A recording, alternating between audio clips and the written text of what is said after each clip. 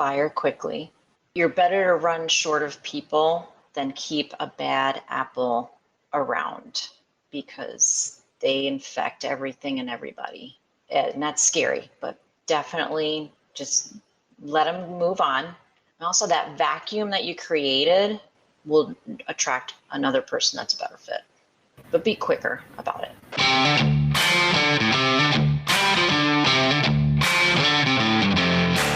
You work hard in your business. On the Profit by Design podcast, we ask the big question: what has your business done for you lately? Hi, I'm Dr. Sabrina Starling. I'm the business psychologist, the author of the 4-Week Vacation and the How to Hire the Best series, as well as the founder of Tap the Potential, where we coach entrepreneurs like you to design sustainably profitable businesses that give you more time for what matters most and more money in your bank account than ever. Because after all, we believe work supports life, not the other way around. Weekly on the Profit by Design podcast, we bring you tips, tools, and strategies from our own experiences and from the experiences of our guests who are entrepreneurial thought leaders and real life entrepreneurs, all to support you in making intentionally profitable and sustainable business decisions to live the lifestyle you desire. Do you have open roles that you're struggling to fill in your business? If so, you're not alone. If you're like the majority of small business owners, you could be using outdated, even haphazard hiring methods that are not getting you the results you want. And what do I mean when I say haphazard? Well, I mean, you create a job ad, you get it out there, and you just interview whoever shows up, and you pick the best out of the people who show up. That's a haphazard hiring method, and that sets us up to mishire 75% of the time. There's a better way to hire. There's a way to hire where you are aware of who the A players are that you want to attract, and you're tuning into the psychology of those A players.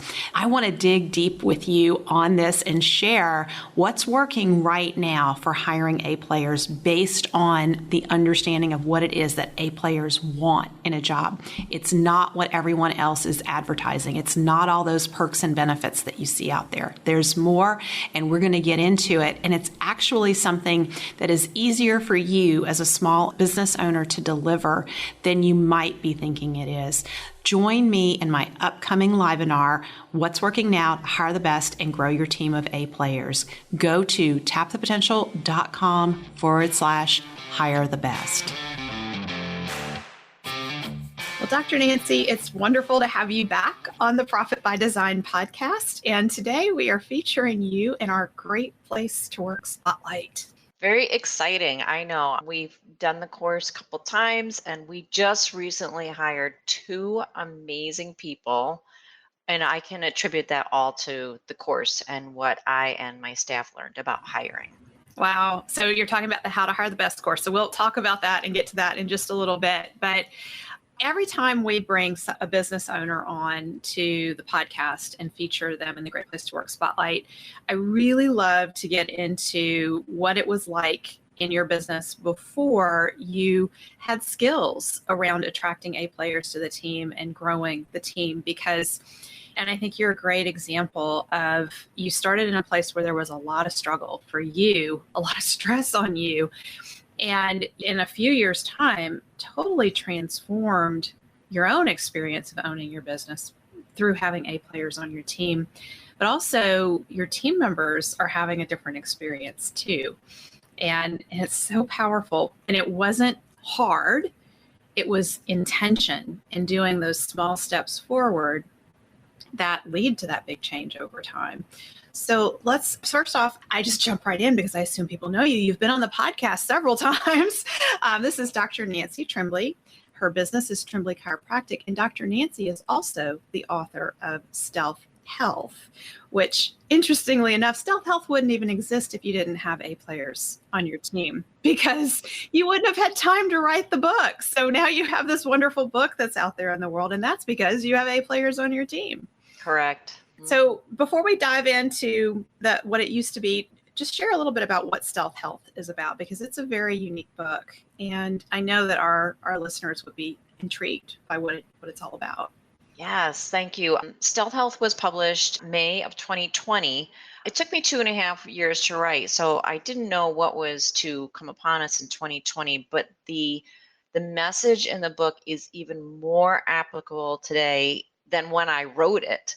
Stealth Health is a book written for that person that knows there's a better way towards health and wellness than medications and surgeries, but they don't quite know what that better way is. And ironically, that better way very often is right outside their back door. People in their community, services in their state, their community, even their town, that are ways to achieve true health without having to go the conventional medical route, which relies on medications and interventions and surgery.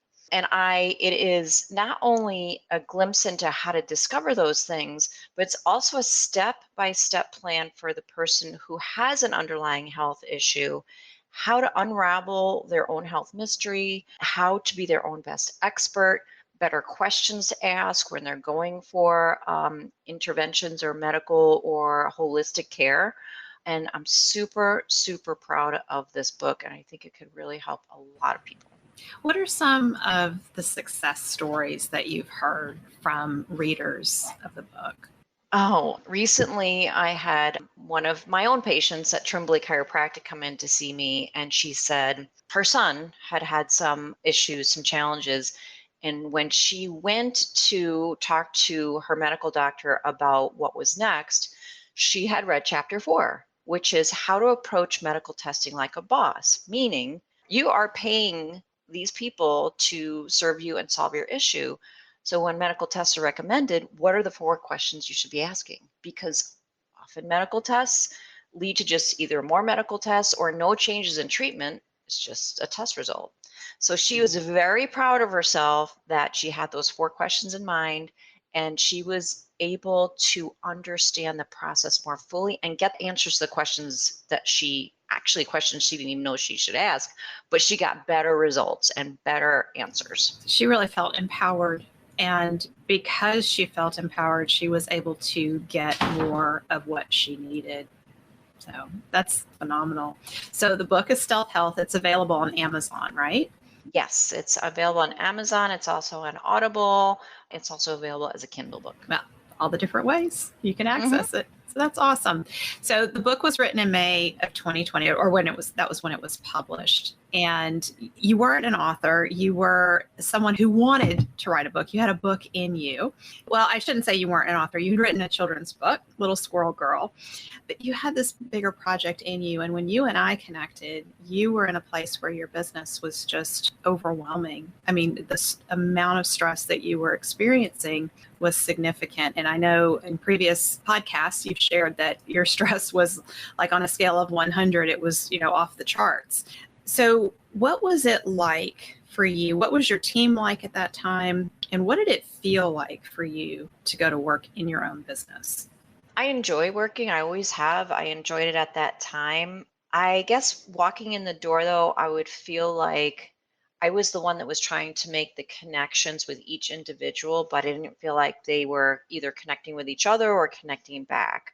I felt as though I had people in positions who were maybe not really serving our patients the best way they could. And I bring 40 people together of any background, and there's maybe not always, but there was the gossiping, there was the power plays, there was miscommunication galore. Oh my gosh, that should have been our tagline at the office. We'll miscommunicate while we're trying to help you. And it was really stressful because I was having to deal with a lot of strong personalities that had strong opinions, but everybody was running in 40 different directions. And, talking about A players, when it really came down to, as I progressed through this process of 40 people, how many A players did I have? It was probably 5, which I was glad to have those 5. Yeah. That means that you had 35 team members who were not A players. And so I'm just imagining for myself, because I like to think of myself as an A player. I've been in work environments with people who don't pull their weight, and it's up to the A players to kind of fix things. And so when you're one of 5 A players among 35 others who are not stepping up and bringing their very best to what they're doing, it's draining as a team member to be a part of that. It's very hard to do your best. I know I lost good people. I lost A players because they were put in very uncomfortable situations that they could not shine at their best because of the people they were surrounded with. I know I lost at least 2 jump to mind immediately. And, not that everything was everybody else's fault. I felt like I was a good person, a good businessman, a good businesswoman, a good boss, but I didn't show up as a good boss a lot of times. I had my own learning and evolution to do to maybe, be the catalyst for A players to want to work with me. So yeah, that was all part of the plan too. I think a lot of our listeners can very much relate to that, because I talk to business owners day in and day out, and a lot of them, especially small business owners, their heart's in the right place.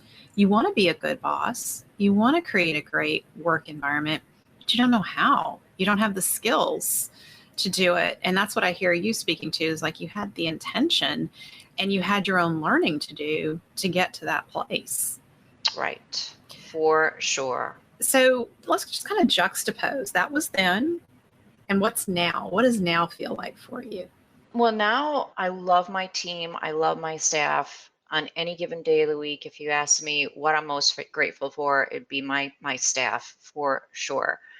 They're all 18 players. I only have 10 now, so that helps, because you narrow the scope and narrow the volume, and I just happen to have all 18 players, but they step up.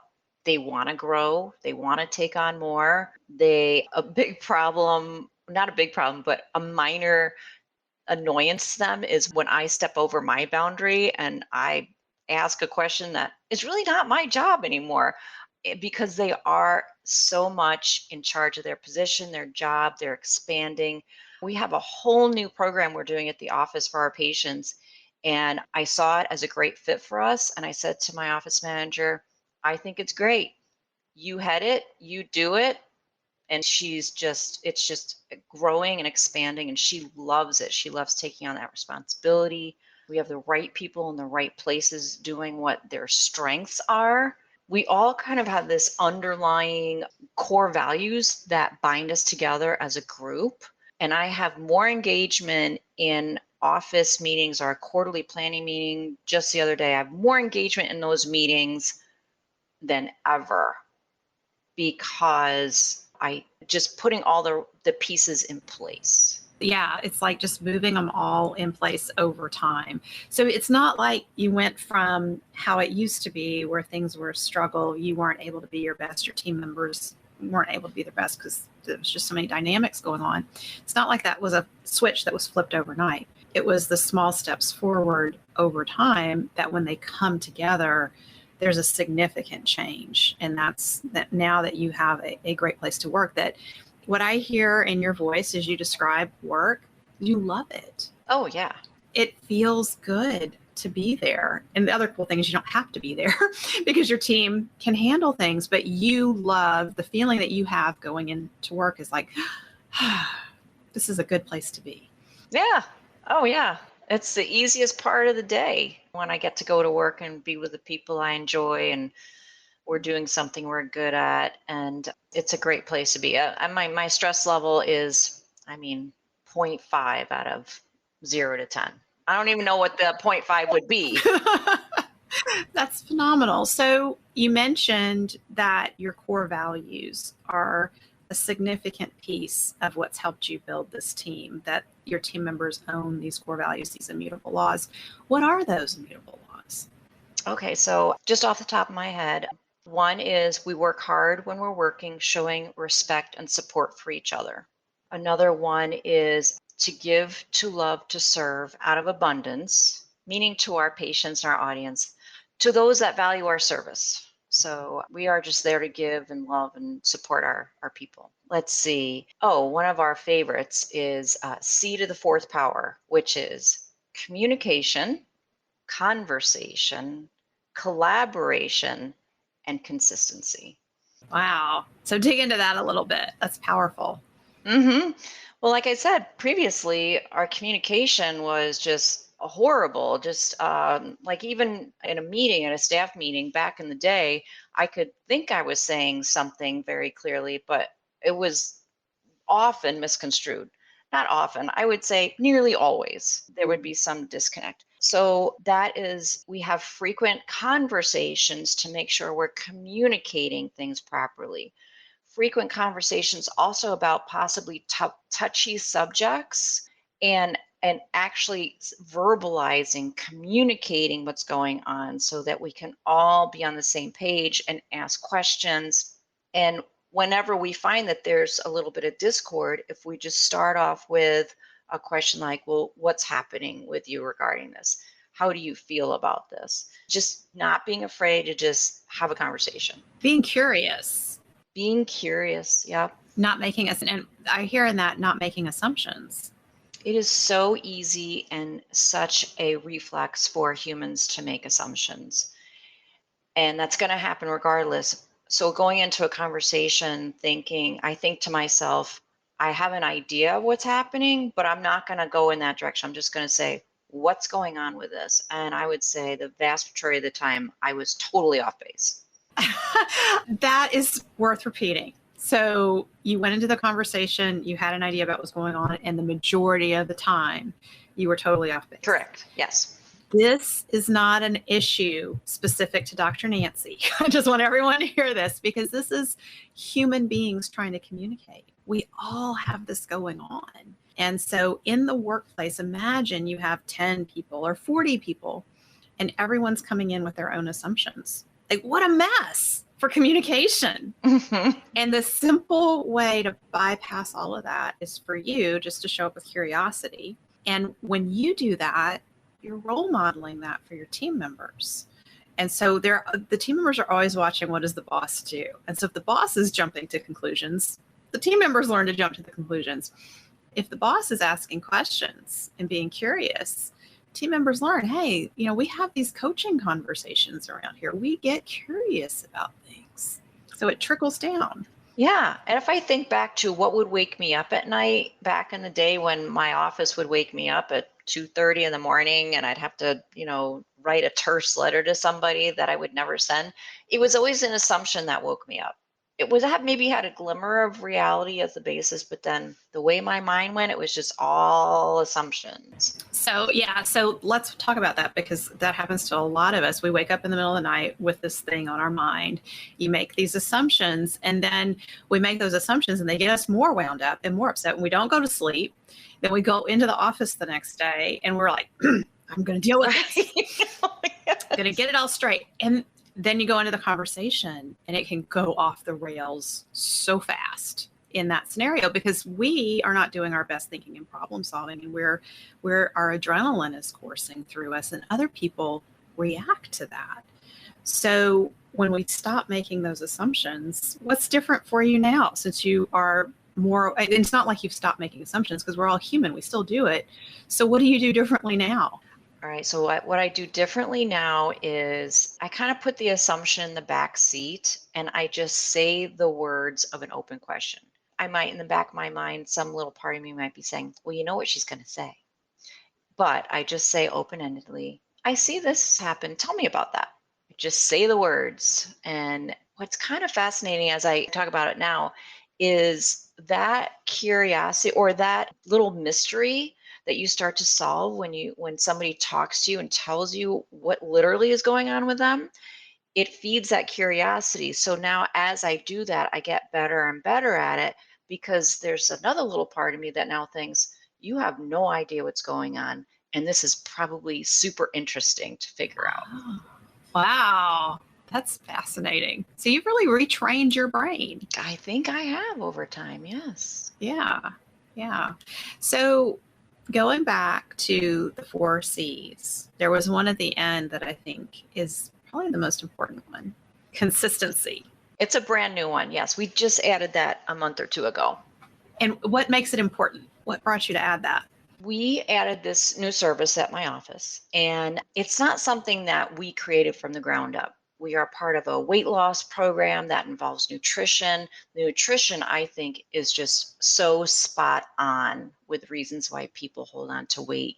If you could have given me 5 or 6 years, maybe I could have figured it out. But they have it so nailed down, and it's just amazing me. As we see people go through this process and the weight and the interest that they're losing, it just really confirms my belief in this nutritional program.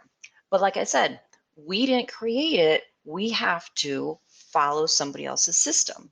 So there's 3 members of the staff that introduce this to people and coach people through this nutritional plan. Well, they were going in 3 different directions. Now there was instructions. It's all written. We've had a lot of training, months of training on it. However, there was still this 3 different direction thing going on. So what we did was we just had a meeting about just exactly that. We didn't create it. We need to learn it. Let's just break it down and make it easier for us to hold this in our brain and actually tell our patients where they can find their own resources so they can stay on track. And I realized that that is just a consistent conversation, meaning all 3 members of the staff should be saying the same thing. I should be echoing what they're saying.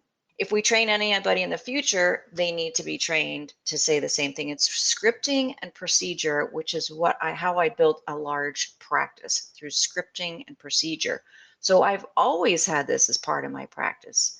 The front desk receptionist would know what I was saying to a patient in the x-ray room. That same conversation, my assistant that wasn't in the room with me would know what I was saying because we were that consistent in our process. So it was something that was already always there, but to write it down as part of our immutable law kind of sealed it, oh, yes. And another thing I learned from you is when there's discord and it seems like things are not working, there's a gap between what's occurring and your immutable law.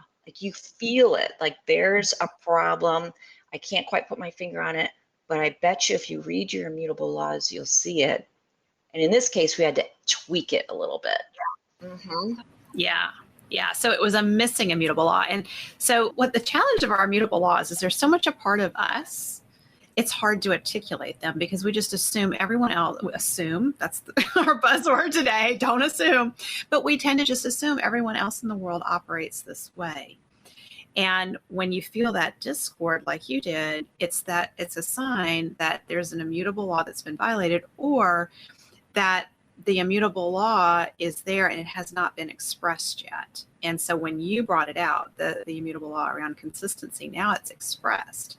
And the other piece that I hear that I think is really interesting in this is that a lot of us business owners think, well, I've said it once, how come they don't get it? Right. What's wrong with them? So we go right into that judgment and right into the assumptions. And you're building C, the 4th C, consistency in, because it means you have to repeat the message and you have to teach it over and over and over. And it's not just you teaching it, your other team members have to teach it so that everyone stays consistent. Saying something once is not enough. Saying it 10 times is not enough. It needs to be woven in and done over and over. And that's part of your sweet spot. This service is now part of your sweet spot. So that makes it worth the effort in the business. And you kind of said that in passing. So I want to go back in and dig into that a bit too, because that's a key piece of how you've created a great place to work. So you said I went from 40 team members down to 10. And as you did that, you also shrunk the number you had 2 locations. Now you're down to 1 location. And this was a move that freed up your time and energy. It allowed you to pay yourself again because you were paying your team members, but you weren't paying yourself. So now you're able to pay yourself again. The business is more profitable. And because it is smaller, you're able to run it with a lean and mighty team. Mm-hmm. Exactly. And one thing about A players is that they're 900 to 1,200% more productive than warm body team members. So you can accomplish more and be more profitable with fewer members of your team. Mm-hmm. Yes, my assistant right now, who he's with me every day, all the way through the day. It's called a tableside assistant. He does the work of two, literally, because I think it was a year and a half ago, one of our assistants went to take a job in a different industry. He's doing great. He's in construction, so it's completely different. Loves it, and he's thriving, and he got a promotion, and everything's going great for him. Well, it's all the work went to my one assistant then, and he just stepped up and he grabbed it by the horns and he figured out ways to do things more streamlined, quicker, better, because he's an A player and because he knew that he could do that and he just took it on. You know, it's interesting when we do our quarterly planning meetings, we talk about what works, what's worked in the last 3 months that's either improved our profitability, brought more people in, kept things more consistent, what's worked, what's our challenge. And he at one point said, you know, we really want to increase our volume of seeing people during our shifts, but I need another pair of hands. And this is why. And he outlined 3 things. This is why. This is what we could do if we had one more person. So even though he could do it, he was still willing to let somebody else in so we could be better, we could see more people, and be more profitable. Yeah, so he understands that awareness of when we're at our own capacity and how detrimental it can be if we keep trying to take on more and more. I mean, that's awesome that he gets that. You said something in passing there. There's so much here, Dr. Nancy. So I don't want to gloss over this. The team member who left went on to grow their career and to grow themselves. So what's your take on the typical business owner dilemma of I train them, I invest all this time in them, and then they leave? Talk to me about that from your perspective. It hurts. It really does. It hurts. And we don't do it without a little bit of a fight. However, we have such an amazing team and the other immutable law. We support each other. And that's inside and outside the office. So when somebody's looking, what we found was when somebody's looking outside at something different, we hear about it. It's not like you get slammed with, by the way, I've been moonlighting for the last 3 months and now I'm leaving to go do that. No, we know what everybody is doing. And so actually this week we had a great staff outing. We went to a local baseball park and had a great time. And 2 of my past team members came with us. One was the young man that's now in construction, and another is one of our team members who's now a sheriff deputy. And that was her dream. So when she said she was going to apply for where they train them, I forget what that's called right now, but where they go to boot camp, we knew about it. We were all excited for her. But she then was part of the hiring process, which is great.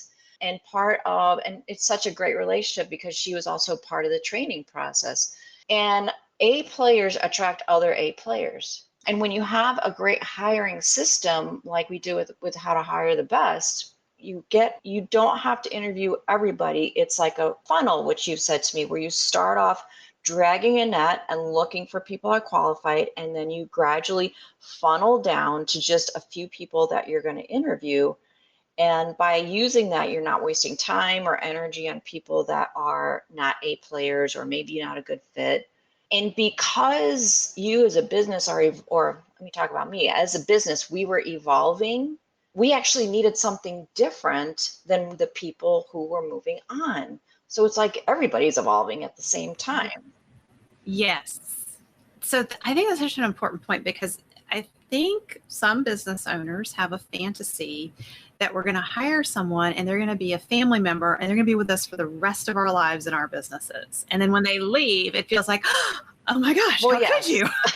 And when we run our business from the mindset of we are all learning, growing, and evolving, it gives us permission to replace team members and let team members go who may have been a good fit 3 years ago and are not a good fit now because we've moved into a different place with the business. And so they need to be released. They can go on and thrive somewhere else and be an A player on someone else's team because they're not showing up as an A player now because the business has grown and it's different. And people have hopes and dreams. A players want to better themselves and they have their own interests. And you have team members that have been with you and they served a purpose in your business. They got you where you are. And then they're moving on to something else in their life that's a dream. And you're staying in contact with them. You invited them to this event. Mm-hmm. Mm-hmm. Why do that, Dr. Nancy? Why? You know what? Because you know what? We're still connected. We still have the same immutable laws. They're still like my crew. They're my tribe. And they're going to help you recruit. Mm-hmm. A players hang together. A players know other A players, and they will be possibly in the future sending you great team members. That's right. That's right. Mm-hmm. Yeah, it's in looking back on this, when I was in the process of writing and publishing my book, Stealth Health, the team members I had in place at that time were integral to it being published. Like I couldn't have done it without them there.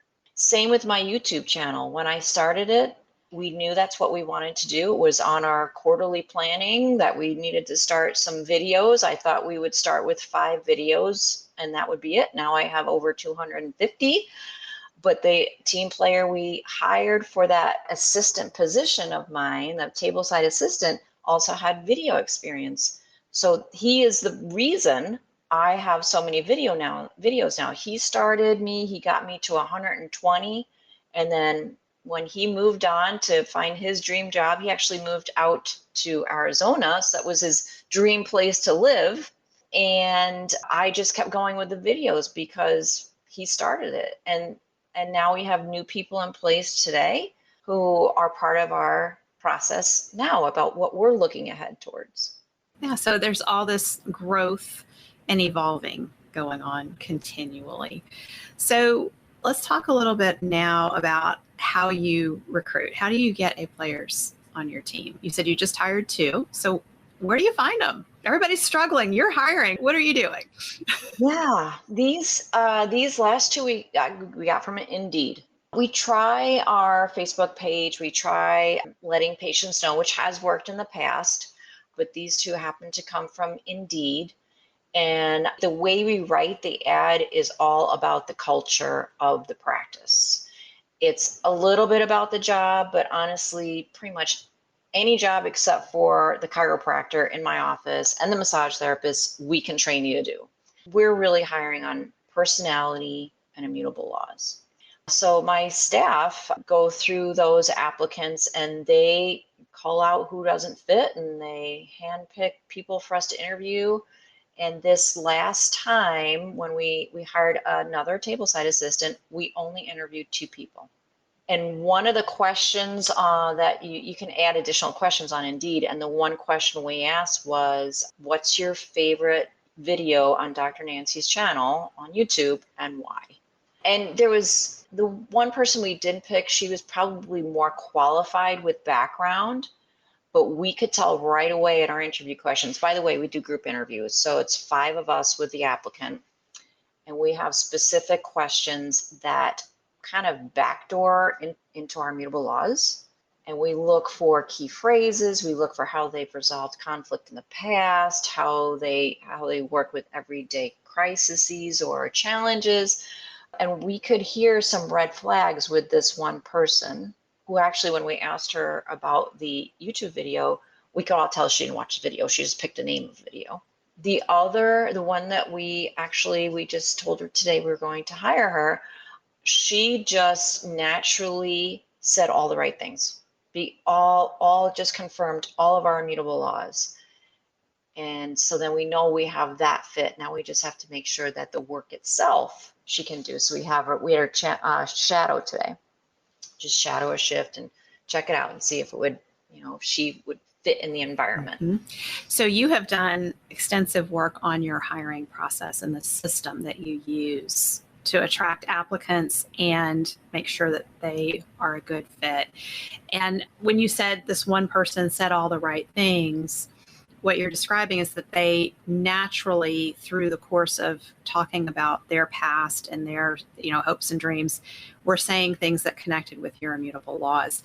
And one of the things I want to clarify about immutable laws is there is no way for an applicant to read your immutable laws on your website and spit them back at you and you feel like they're a good fit. If somebody is verbatim saying your immutable laws to you, they just read them.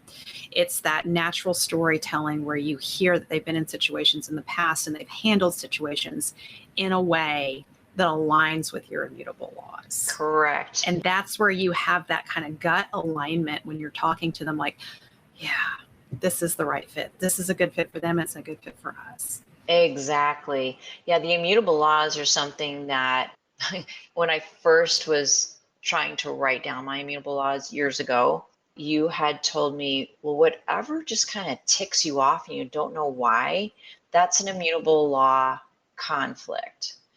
Somebody said something, did something that just, it doesn't align with you. And that's how it was created. And they all slightly evolved over time. And you're right, we talk these immutable laws in the office. When I do my one-to-one meetings with my individual staff, one of the questions I might ask them is, tell me what immutable law is like speaking to you lately, or you've seen in action. When we did our quarterly planning meeting the other day, I went around to the group and said, just tell me your favorite and why. And so they're part of our vernacular, but no, they are not out in the world anywhere. They are just within our office. Yeah. So one of the things that I want to share is like outside verification that you're a great place to work. And so when you're a part of our Better Business, Better Life program, you're in our Ascension program. And one of the things that we get to do with our Better Business, Better Life clients is we survey the A players on your team. And we get their feedback. And we ask them on a scale of 1 to 10, how likely are you to refer a friend or a family member to work at Trimboli Chiropractic? And then we ask them for their reasons why. Well, Dr. Nancy gets 10 out of 10 all consistently, and so that's outside verification that she's not just standing here saying, I'm a great place to work. Her A players genuinely feel this. And the other thing that's really fun and interesting to me is when we ask your A players to describe a great place to work, they go into the descriptions and spontaneously in their paragraphs, it says, well, Trimboli Chiropractic, it's a great place to work. And so that shows alignment that you're tuning in to who your A players are and what their experience is of a great place to work. And you're intentionally building on that experience. So I want to give you the chance to speak to some of the things that you intentionally do to make sure that the culture stays as strong and healthy as it is. Well, I listen to my employees. For one thing, one of my staff said that we needed more time routinely to share together as a group. So that is our Friday huddle. We have a huddle after every shift. Our Friday huddle is specific for personal things that are going on, and we just talk about it as a group. And they're just fun. Just what are you doing this weekend? Or we talk about that kind of stuff. So we purposely set aside time for that. The daily huddles after every shift, we talk about what were our wins today. And everybody goes around the room. We go around the room. Everybody gets to state what they did today, how they contributed, what their win was. And we have our goals also that we set on our quarterly meeting. And it's also checking in with those goals. So people have certain goals for their department, like they have their number for a goal. And so when somebody reaches their number for a day, it's super exciting. And so I think those huddles help a lot. Let's see, also putting people in the right spots based on their natural talents and their inborn gifts.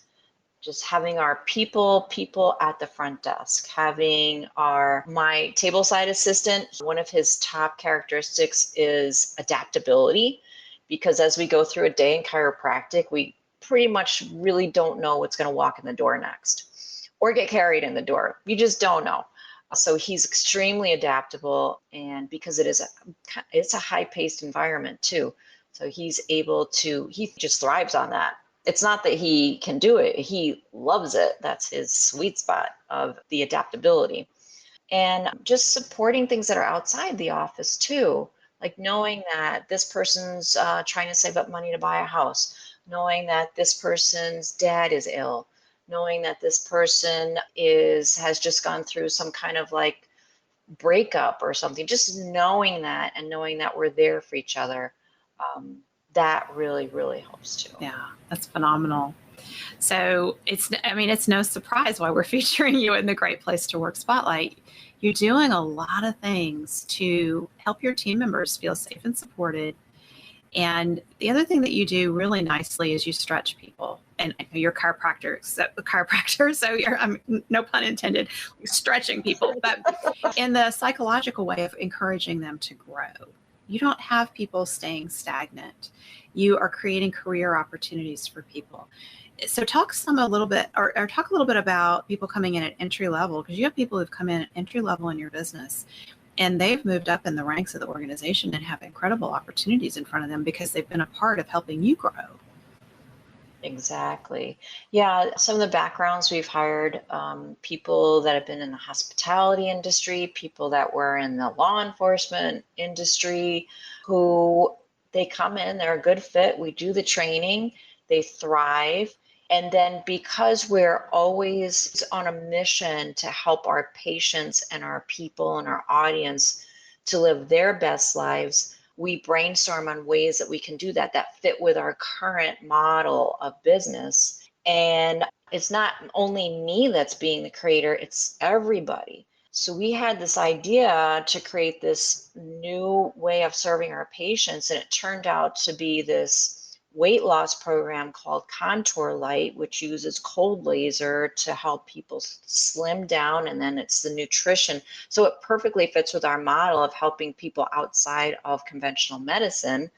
And by handing over the reins and not doing hardly anything of that, it has allowed 3 of my team members to step up. One, she now is completely heading this department, and she wants to reproduce it in another location with my help.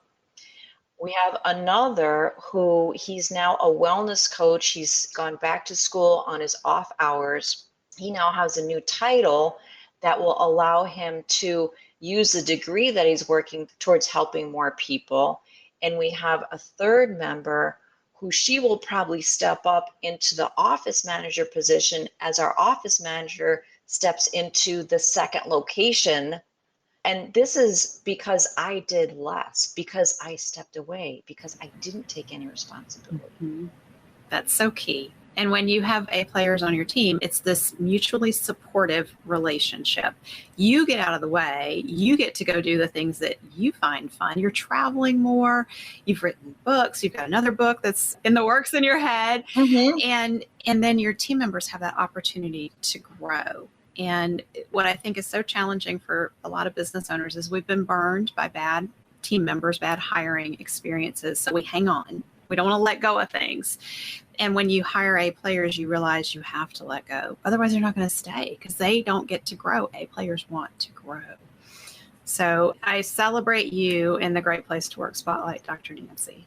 Thank you. I appreciate the time to just tell you all about my awesome team. Yeah, and I think that what you've shared is very inspiring to other business owners who are listening. And so what I want to say, if you're listening to this and you're in that place of, oh my gosh, that sounds incredible to have a team like Dr. Nancy has. I wish I had that kind of team.